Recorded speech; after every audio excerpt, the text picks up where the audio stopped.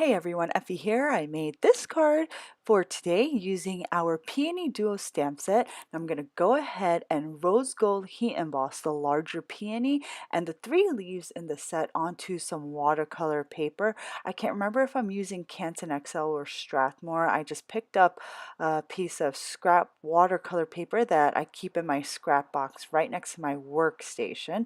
But both papers work really well with Ken Oliver Colorburst watercolor pigment powders. Wow, that is a mouthful. So I am going to start off by painting the peony using Ken Oliver's Indigo Colorburst. I wet the peony area first with some clean water. I used a spray bottle and then I took a larger brush and I just kind of brushed the water so that it would coat the area evenly.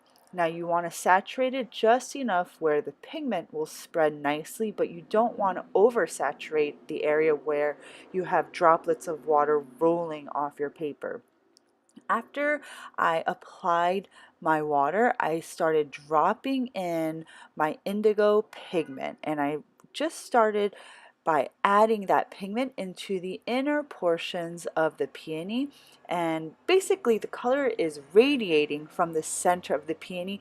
I'm using two Pentel aqua brushes, a fine tip and a large tip. I use the smaller brush to apply the pigment, and then I use the large tip to blend the pigment out.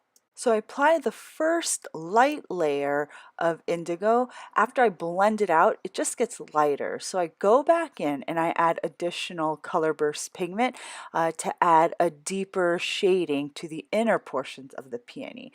I only blended that color out to about 2/3 of the way towards the outer edge of the peony petals. I didn't pull that color out totally because I want there to be a nice gradation of light to dark in each petal. So once I finish painting the peony, I'm moving on to all the leaves, which I paint using my black color burst, but I want the leaves to be gray, so I just dilute that black pigment with water to get a really pretty gray tone. So once I finish painting, I let the panel dry completely and then I die cut all of the images using the coordinating die. Then I'm going to take our Stripe Addict 6x6 red rubber cling stamp and I'm going to white heat emboss this striped image onto a piece of gray cardstock, and I'm going to use my Speedball Baren tool to get a nice crisp and even impression onto my cardstock. Now, I really love this striped background because it's multi-directional and it's just so chic, and you can use it as a base for your floral cards, or you can just use it as a standalone background pattern. Today I'll be using this to use as a gorgeous backdrop for my florals. After I heat embossed my panel, I just trimmed off a 1/4 inch on one top and side edge, and then I used the smallest die from our double stitch rectangle small die collection.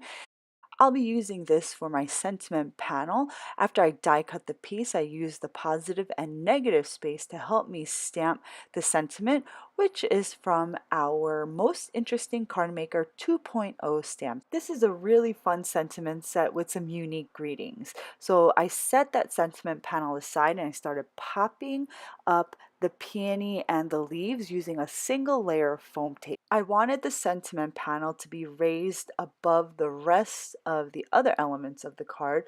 So the left side of that panel has a double layer of foam tape on it, and then on the right side a single layer of foam tape where it rests above the peony. Once all of my elements have been adhered onto the card front, I just added some of our Smoke Sapphire sparkling clear sequins to finish off the card. So I hope you all enjoyed today's card and video. Be sure to subscribe to our channel since I update it weekly. I will see you next time. Thanks for watching.